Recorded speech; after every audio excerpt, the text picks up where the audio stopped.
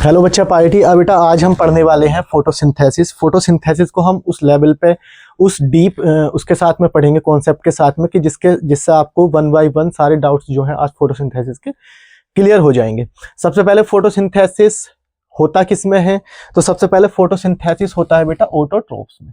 सबसे पहले तो यही है कि सबसे पहले किस में होगा? ऑटोट्रोप्स में।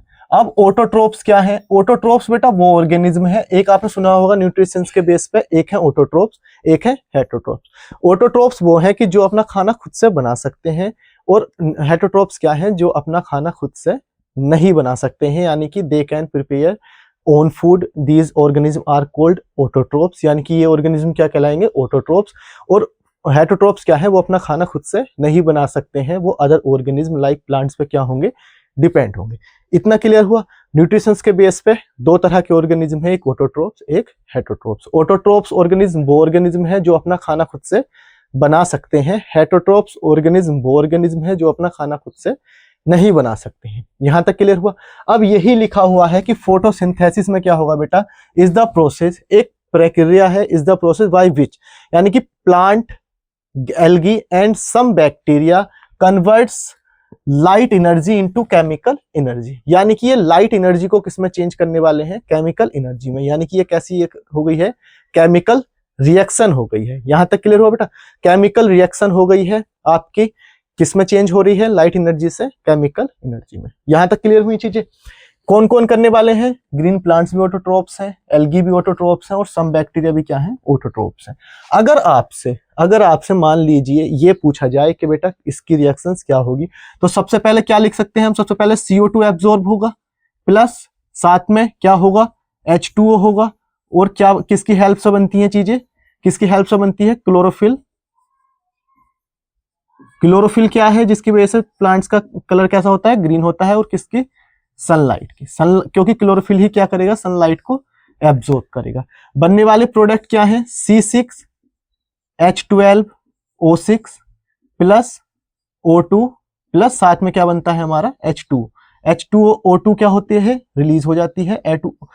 H2O भी क्या हो जाता है? इसका ट्रांसपिरेशन हो जाता है। ट्रांसपिरेशन के प्रोसेस के थ्रू ये भी क्या हो जाता है? वाष्प बन के उड़ जाता है। यहां तक क्लियर हुआ। पूछा जाएगा आपसे प्रोडक्ट कौन कौन है हमारे, तो रॉ मटेरियल भी पूछ लेते हैं। तो कौन कौन से हैं हमारे?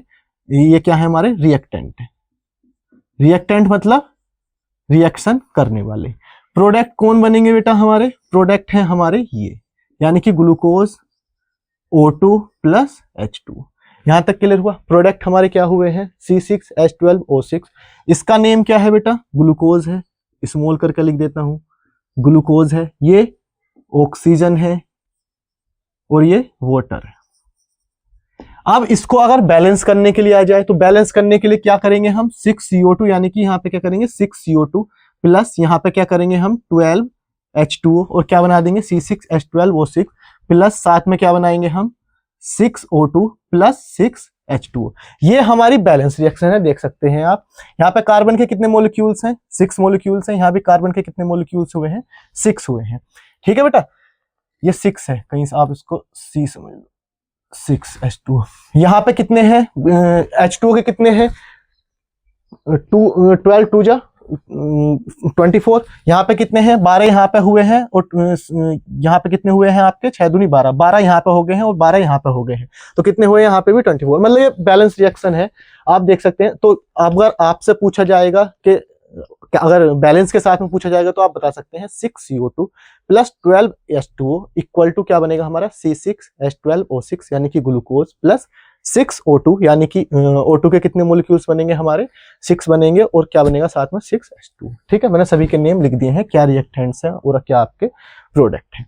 अब दो टाइप की रिएक्शन होगी। एक रिएक्शन होगी बेटा लाइट रिएक्शन, एक होगी हमारी डार्क रिएक्शन। ये याद रखना कि दो टाइप की रिएक्शन होने वाली है, एक लाइट रिएक्शन, एक डार्क रिएक्शन।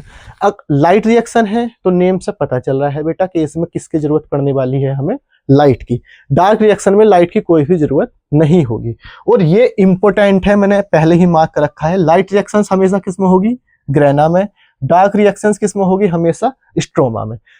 स्ट्रोमा में कैसी होगी? डार्क रिएक्शंस होंगी। और ग्रेना में ग्रेना में क्या होगा, लाइट रिएक्शंस होंगी। ये याद रखना, वेरी इंपॉर्टेंट है। अब इनका प्रोसेस देख लेते हैं वन बाय वन। सबसे पहले इनपुट। इनपुट का मतलब है बेटा क्या चीज, ये इनपुट यानी कि इन मतलब आना, आउटपुट मतलब बाहर जाना। तो सबसे पहले ये क्या इनटेक करेगा, सबसे पहले अगर लाइट रिएक्शंस हो रही है तो क्या करेगा, सनलाइट करेगा, और साथ में क्या करेगा, वाटर के मोलिक्यूल्स यानी कि H2O। इनपुट क्या करेगा, लाइट रिएक्शंस है, रखना नहीं है, तो क्या करेगा, सनलाइट को इनटेक करेगा, और साथ में क्या करेगा, वाटर को इनटेक करेगा। प्रोसेस क्या होगा, सबसे पहले क्लोरोफिल एब्जॉर्ब्स सनलाइट, यानी कि जो क्लोरोफिल है, यानी कि जिसकी वजह से प्लांट्स का कलर कैसा होता है, ग्रीन होता है, वो क्या करेगा, एब्जॉर्ब करेगा किसको, सनलाइट को। अब वाटर मॉलिक्यूल्स आर स्प्लिट, यानी कि वाटर मॉलिक्यूल्स कैसे हो जाएंगे, स्प्लिट हो जाएंगे यहाँ पे, यानी कि वाटर मॉलिक्यूल्स क्या हो जाएंगे, टूटना शुरू हो जाएंगे। Energy rich molecules ATP and NADPH क्या बनेंगे, यहाँ पे फॉर्म्ड हो जाएंगे, यहाँ पे क्या बनने हो जाएंगे, शुरू हो जाएंगे यहाँ पे, यानी कि एटीपी। एटीपी क्या है, कॉइंस ऑफ एनर्जी है, यानी कि ऊर्जा के सिक्के हैं, इनको ही हम बोलते हैं ऊर्जा के सिक्के। फुल फॉर्म क्या होती है, फुल फॉर्म होती है एटीपी की एडिनोसिन ट्राइफॉस्फेट। याद रखना बेटा, एटीपी की फुल फॉर्म क्या है, एडिनोसिन ट्राइफॉस्फेट। ऊर्जा के सिक्के यानी कि कॉइंस ऑफ एनर्जी भी इन्हीं को बोला जाता है।